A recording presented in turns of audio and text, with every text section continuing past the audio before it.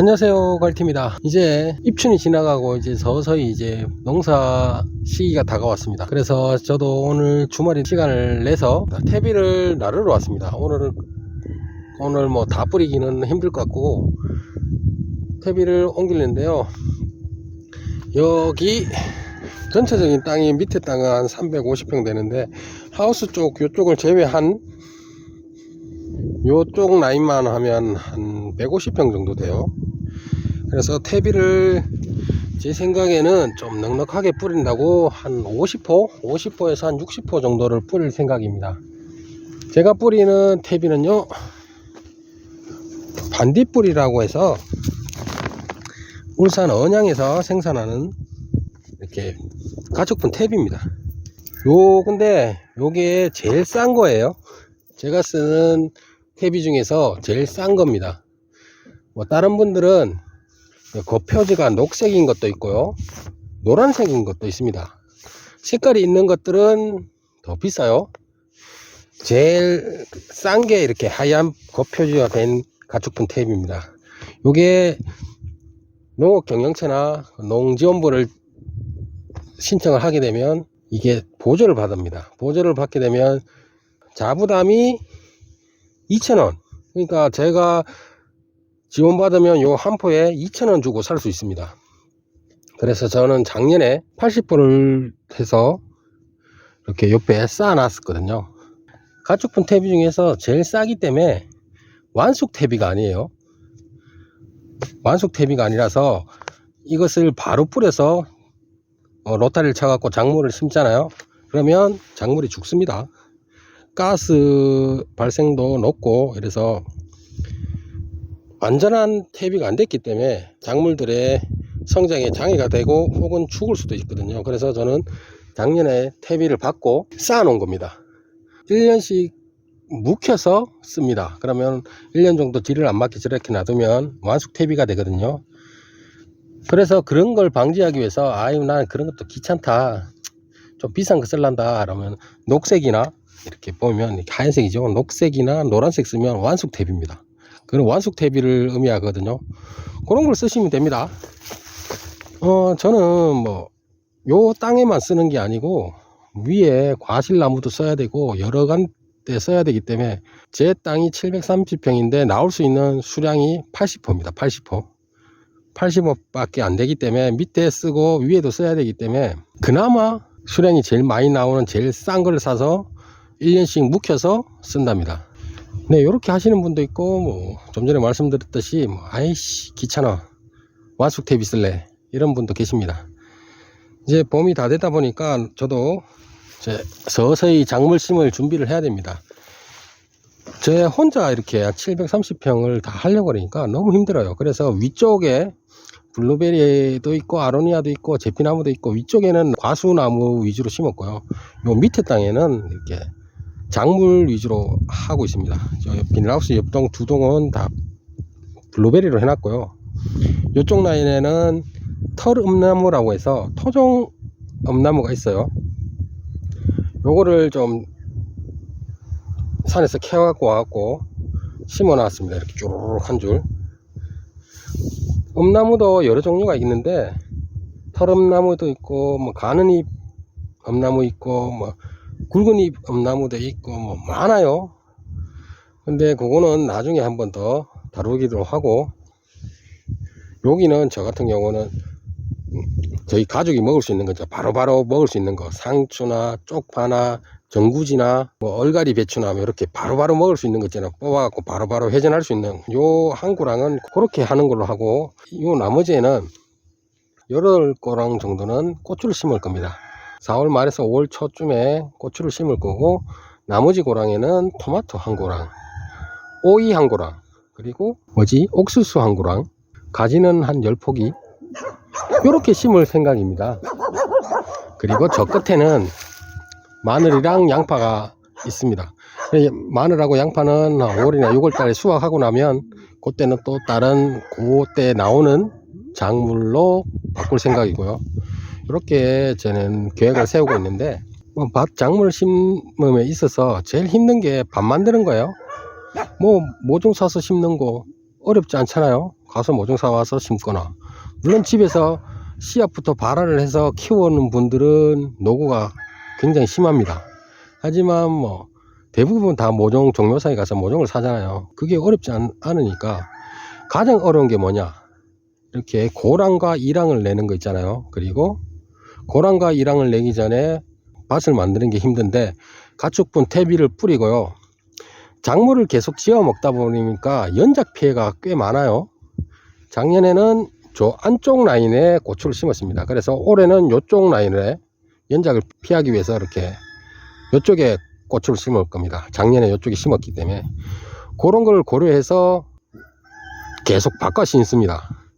그리고 가을 때쯤 되면요, 먹으려고 콩을 심는 게 아니고요, 연작 피하고 염류 축적을 좀 최소화하기 위해서 콩을 심으면 콩이 땅을 산성화된 것을 풀어준대요. 그래서 가을 때쯤 되면 먹을 요량으로 심는 게 아니고 땅을 조금 괜찮아지려고 콩을 전체적으로 심어 버립니다. 그리고 나서 대충 끌어내고 겨울에 배추랑 무, 김장거리를 하는 식으로, 이런 식으로 저는 운영을 하고 있거든요. 제가 좀 전에 말씀드렸듯이 농사를 지음에 있어서 밭을 만드는 게 가장 중요합니다. 가장 첫 번째, 연작을 계속 하신 분들은 석회고토 있죠. 뭐 종묘사나 혹은 뭐 영농지원센터 이런 데 가면 석회고토를 지금 많이 있어요. 오늘도 영농지원센터를 한번 가보니까 석회고토가 굉장히 많이 쌓여 있어요. 아시는 분들은 석회고토를 뿌려요. 왜? 땅이 산성화 되었기 때문에, 산성화 되는 이유는 농약도 치고 비료도 주고 이러니까 땅에서 계속 염주 축적이 일어나면서 산성화 돼요. 산성화 되면 작물이 크는데 장애가 생기거든요. 그것을 풀어주기 위해서 석회고토를 쓴답니다. 오늘 갔더니 비료 창고 반은 석회고토예요. 그래서 안 하시는 분들은 석회고토를 굉장히 많이 사가십니다. 모르신 분들은 뭐 요소도 있고 뭐 NK 비료라고 있고 복합 비료라도 그것만 사가시더라고요. 지금은 그걸 칠 때가 아니에요. 지금은 거기 가시면 석회고토 있죠. 석회고토를 가장 먼저 골라 오셔야 됩니다. 골라오는 것보다 여러 종류가 몇 개 있던데, 일단은 뭐 석회고토라 적힌 걸 가져와서 평소에 맞는 양의 석회고토를 뿌려야 됩니다. 그걸 뿌리고 나서 그리고 가축분 퇴비를 넣고 로타리 칠 겁니다. 대부분 그런 식으로 해야 되는데 석회고토를 사람들이 깜빡깜빡 잊어요. 그러면서 왜 병이 걸려냐, 고추 같은 경우는 여러 병이 생기죠. 오이 같은 경우도 뭐 역병이고 많이 생겨요. 땅이 산성화가 되어서 그런 거거든요. 그래서 가장 중요한 거는 석회고토를 뿌려줘서 이 땅을 산성화해서 중성화로 바꿔야 돼요. 그걸 뿌리고 그 위에 가축분 퇴비를 넣고 로타리를 치죠. 기본적인 틀을 다 맞추고 나면 로타리 친 거에서 이렇게 고랑을 내시면 됩니다. 고랑을 낼 때는 고추 같은 경우는 두둑을 좀 높이 해야 돼요. 가능하면 두둑을 높이 해야 돼요. 작년에 했던 고추 두둑입니다. 요것도 좀 낮아요. 생각보다 낮습니다. 요거보다 조금 더 높이, 그리고 조금 더 넓게. 그리고 고랑 같은 경우는 좀 사람들이 땅이 아깝다고 고랑을 좀 좁게 하는 분들이 많아요. 고랑을 저도 그렇지만 좁게, 너무 조금이라도 더 심어 보려고 요량으로 이렇게 좁게 했는데, 좁게 하시면 안 돼요. 일단은 일하는 사람이 편해야 되니까 고랑을 조금 넓게 하신다 생각하시고, 그리고 고추 같은 경우는 두둑을 좀 더 높이, 최소 50에서 60 정도 두둑을 좀 높이 하셔야 됩니다. 고추 같은 경우는 물을 좋아하는 작물이지만 물이 고이게 되면 뿌리가 썩어 버립니다. 뿌리가 썩이면 흰 가루빵부터 시작해서 역병, 온갖 병이 다 오거든요. 그러니까 고추는 그렇게 하시면 되고, 나머지 뭐 고구마나 참외, 수박 같은 경우는 저는 이랬어요. 여기 작년에 참외하고 수박을 심었어요. 참외하고 수박 같은 경우는 이렇게 덩굴 식물이다 보니까 막 옆으로 막 퍼지잖아요. 그러니까 폭을 좀 더 넓게 했습니다. 그래서 반은 수박, 반은 참외를 했고, 고구마도 덩굴이다 보니까 고구마도 좀 심을 때 북을 좀 높이 하고 좀 넓게 했습니다. 대부분 사람들은 이렇게 고추 두둑처럼 이렇게 작게 해갖고 한 개씩 이렇게 심는데, 저는 이렇게 심었습니다. 여기 심고 엇갈리게 서로 심었거든요. 이렇게 심었습니다. 그리고 저 끝에는 마늘하고 양파가 아주 잘 크고 있고, 나머지는 오이나 뭐 토마토, 가지, 그거는 뭐 고추, 두둑이랑 똑같이 성형을 해서 거기에 심을 거고요. 나머지는 조금씩 봐가면서 만들 생각입니다. 일단은 퇴비를 열심히 더 날라야 되겠어요. 여기 최소한 50%에서 60%는 들어가야 되거든요. 일단은 반 정도는 옮겼는데 반 정도 더 옮기고 오늘은 농장에서 퇴근하도록 하겠습니다. 봄이다 보니까 뭐라도 심을 요양으로 많이 바쁘실 거라 생각이 듭니다.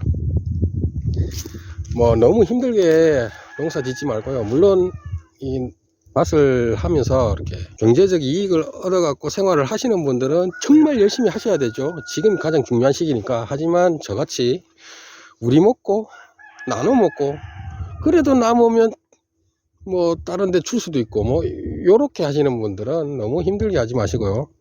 조금씩 하시기 바랍니다. 다음 주가 이제 3월이니까 3월 주말마다 오셔갖고 조금씩 준비하시면 됩니다. 대부분의 작물들은 3월달 4월 중순까지는 가능하면 심지 마세요. 물론 감자는 심어도 되는데 그 외의 작물은 그 전에 심는 게 오히려 독이 됩니다. 꽃샘추위가 안 왔기 때문에 꽃샘추위가 오면 빨리 심는다고 나는 그래도 다른 집보다 고추나 뭐 좀 더 빨리 심을래 하고 쫙 심잖아요. 그러면 쫙 다 죽어요. 가장 좋은 적기는요, 제가 봤을 때 저희는 울산 남부지방이고요, 남부지방이라도 4월 말 혹은 5월 초에 작물을 모종을 사서 심습니다. 그전에는 안 심습니다. 제가 4년을 농사 지어 보다 보니까 뭐 심어 놓으면 뭐 3월 4월 초 뭐 이러면 꽃샘추위에 싹 녹아와요. 냉이 다 입어서 다 죽어요. 그럼 다시 다 심어요. 그런 게 있으니까 혹시나 빨리 심을 생각하시는 분들은 조금만 더 여유를 가지고 심길 바랍니다. 네, 오늘은 뭐 퇴비를 옮기면서 올해 제가 농사를 어떤 형식으로 지을 건지 어떤 작물을 지을 건지 이렇게 간략하게 말씀을 드렸습니다. 오늘도 즐거운 하루 되시고요. 감사합니다. 갈치였습니다.